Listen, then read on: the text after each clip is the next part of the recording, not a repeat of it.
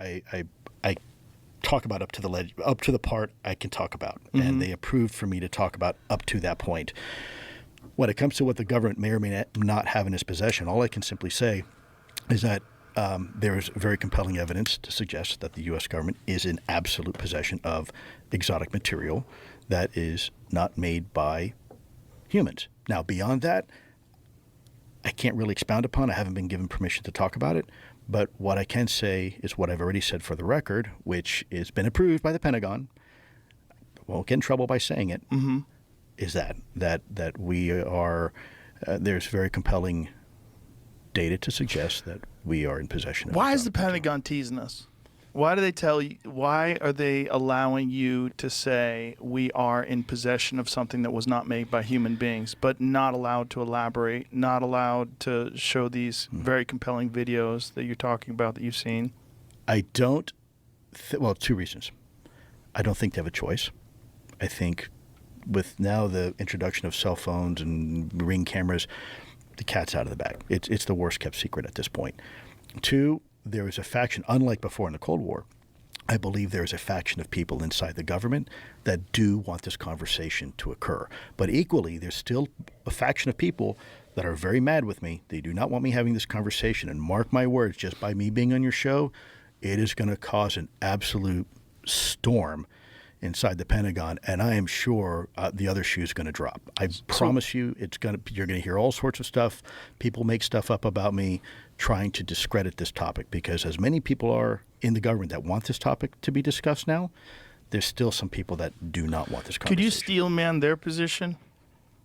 Say again? Steel man their position, meaning could you argue it from their perspective? Absolutely. Like why? Sure. What would be a good reason to keep this stuff quiet? Sure. And I want to preface here, I'm not fear mongering. No, I don't think you are. Look, if I was a military person, right, I would look at this from the perspective of there's three options. They're good, they're neutral, or they're bad. So let's go down this road for a second. Let's say they're good. Right? Well, we got nothing to worry about.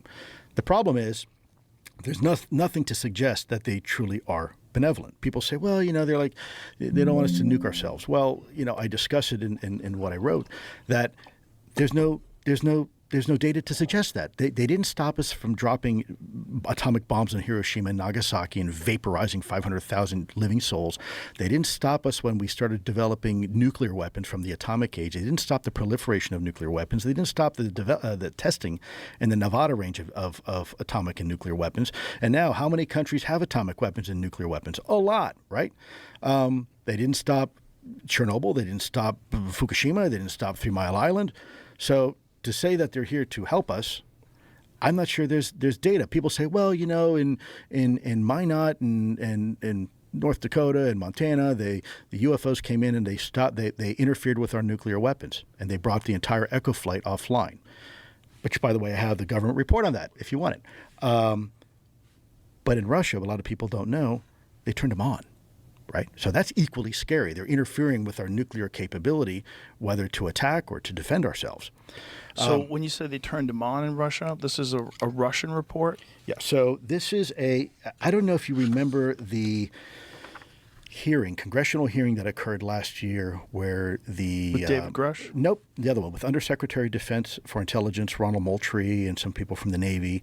And I think it was Congressman Gallagher that asked the very specific question. And he said, are you aware of UFOs interfering with our nuclear capabilities? And the response was something like, no, not really familiar with it, never heard of it. And then the question was, I think, re-asked specifically at these locations. And the government's response was, no, not familiar with it. Well, here's the actual report from the Department of Defense. This is the actual intelligence report that was released through FOIA. There's a gentleman out there who runs a site called the Black Vault. His name is John Greenwald. He's probably the world authority on Freedom of Information Act, and he has a wealth of data that is available to the public that he has received from the government. This is one of those documents. This is the document that our own government has no idea apparently exists. I like how they write it in all caps. Yeah, that's the old reporting. So, obviously, there's some people that don't want this to be released, and obviously there's some people that think that the general public has a right to know. I believe so. That's been my observations and my experience. Well, that makes sense. You know, I mean, like when everybody says the CIA does this, like, okay, who?